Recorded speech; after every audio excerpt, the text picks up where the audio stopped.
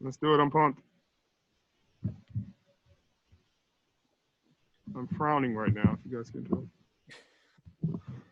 Can I go ahead? Hey, Richard, this is Chris Biederman with the Sacramento Bee.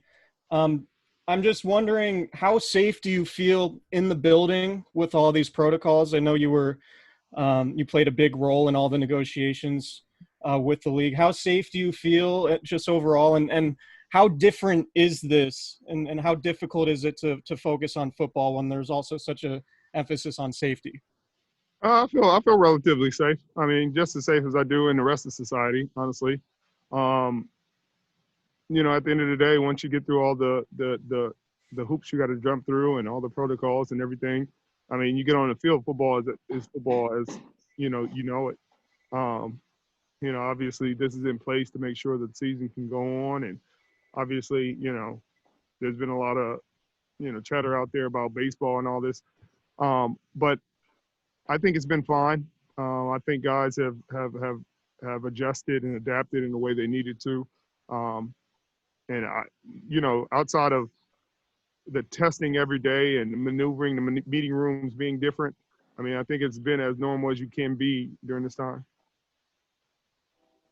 Richard, you spoke the other day about Emmanuel Mosley possibly starting opposite you this season. What specifically has you excited about Emmanuel from your observations of him over the years?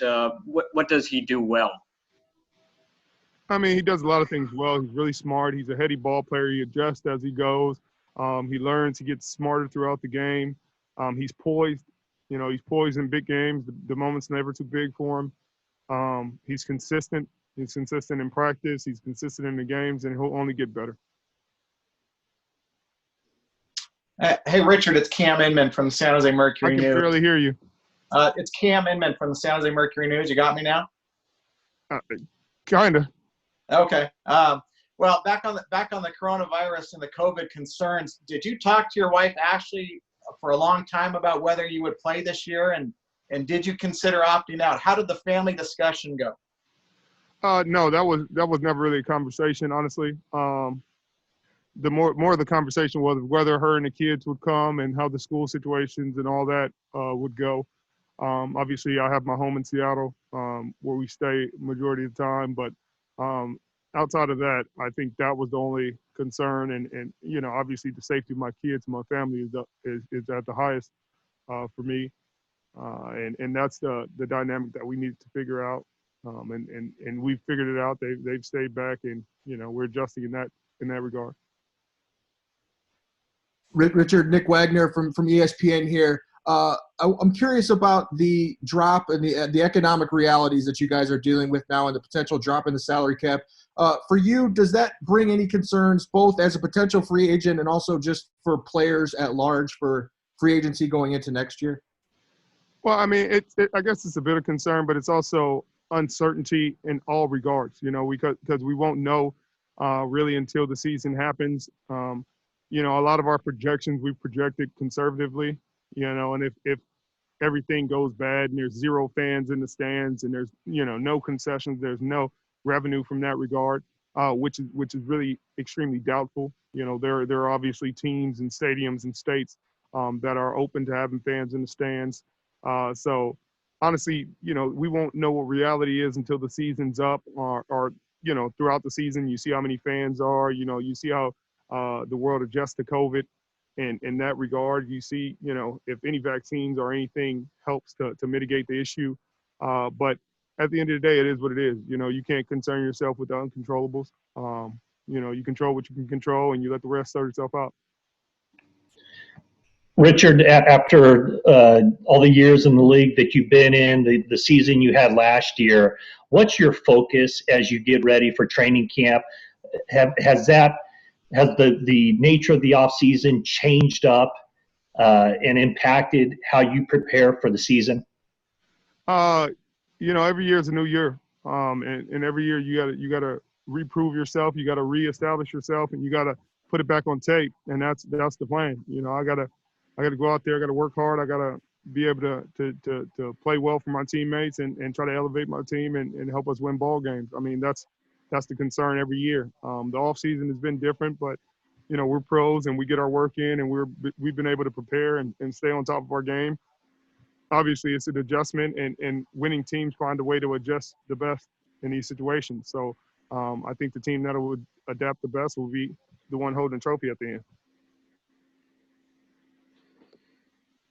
Hey, Richard, this is Eric Blanchard with the Chronicle. I just wanted to ask you, oftentimes we hear, everyone, you all are grown men and all that stuff, but does it change at all this year, with you as a captain as far as, certainly not babysitting guys, but, sending the message, about when you're away from the facility, being responsible, following the rules just because so much is at stake if guys don't do that? I think the coaches are emphasizing it, but at the end of the day, these are grown men and these are pros. If they're going to trick it off, they'll get quarantined, they'll get replaced. It'll be unfortunate. That's why we have testing every day, so they can catch it quick.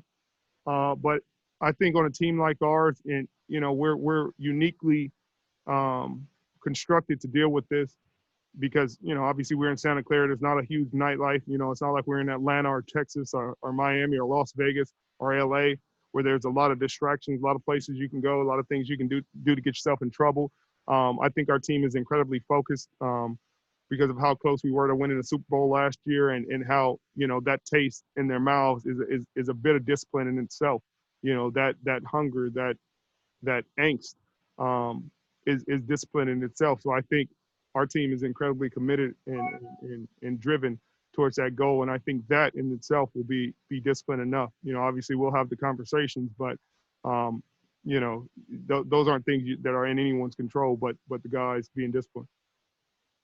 Hey, Richard, Jennifer Lee Chan, kind of in that same grain, looking at what happened during the lockout, how important is it to kind of follow those guidelines for the ramp up towards contact and really kind of setting the tone by example and then kind of guiding the younger guys through that?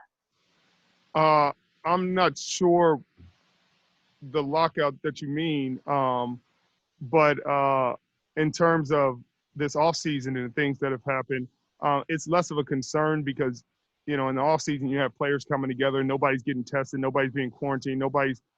There were no safety measures. It's just guys going out there and playing football. These guys, I think we've been tested probably 8 to 10 times already, throughout our time in training camp. And guys will continue to be tested daily. So it's not going to be the same where you don't know who has it. You don't know, who's been exposed, et cetera, et cetera. These guys are being tested every 24 hours. And we'll know if there's a positive test in the building within 24 hours. Obviously a lot can happen between now and then, but I think with these protocols in place, it's making it a lot safer environment and making players a lot more comfortable.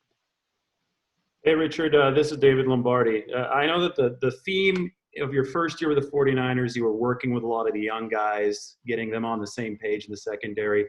Last year, it was about putting it all together. I'm wondering, entering this camp and entering this season, a lot of guys last year under contract in the secondary. What's your focus and what's your theme in that room entering this season?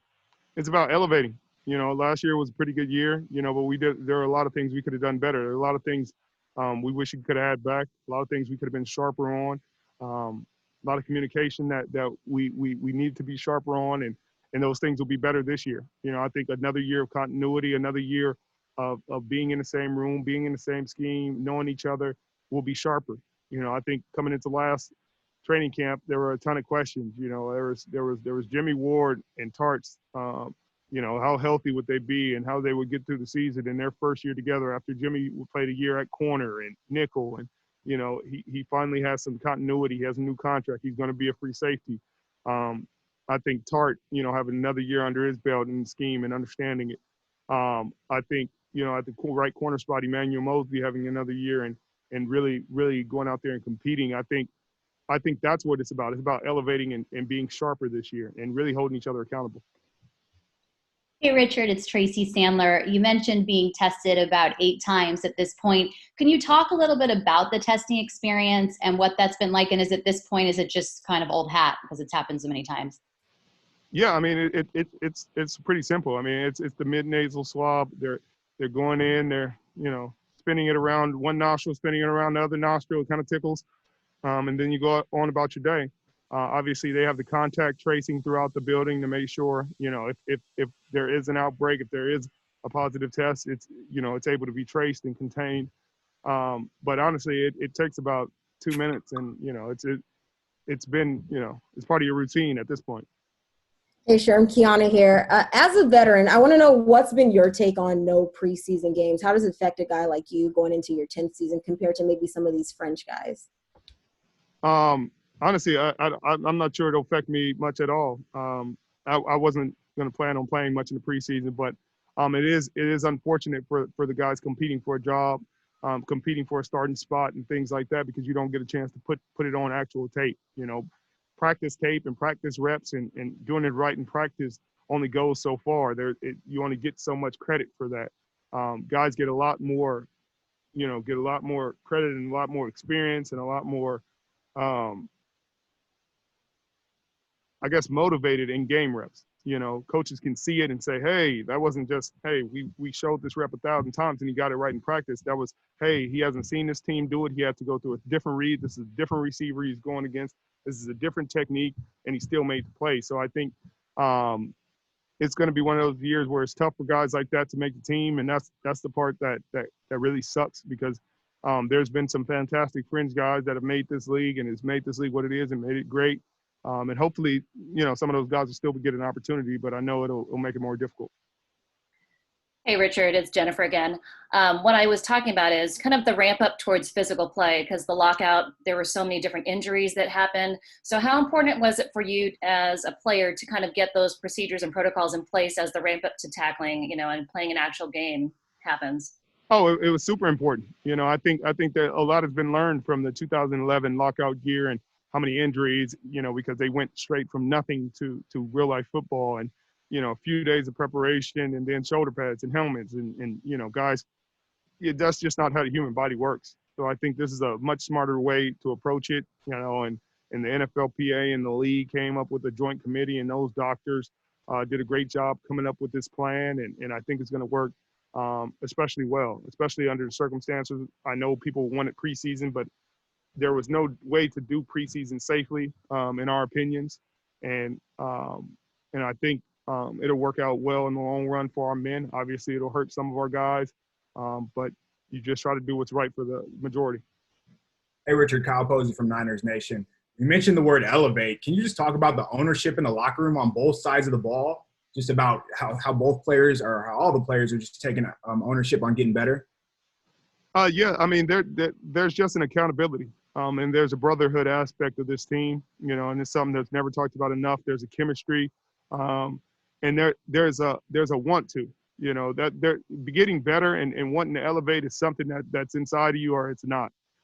And some guys, play this game and say, hey, I just want to make a lot of money. I don't care about winning. I don't care about this. And that, on a winning team, you can't have a lot of those players because you won't ever be successful. We have a lot of unselfish guys who just want to do whatever it takes to help this team win. And that's on both sides of the ball, from Jimmy down to the last practice squad guy. And on defense, it's the same way. We have a lot of unselfish guys and a lot of guys with similar mental makeup. And the guys that they brought in, Trent being one of them, are built the same way. A lot of the rookies that they brought in are built the same way. And when you got a lot of guys like that, it makes you a hard team to beat because everybody is willing to do whatever it takes to win. It's not, hey, I'm not willing to do this because it's not good for me. I'm willing to do whatever it takes because it's good for us. So if that means a receiver blocking, if that means a quarterback freaking shoot, I saw Jimmy pancake somebody last year. It's guys that are willing to go to places other places people aren't willing to go to win the ball game. All right, that's it. Thank you. Thank you, Sherman.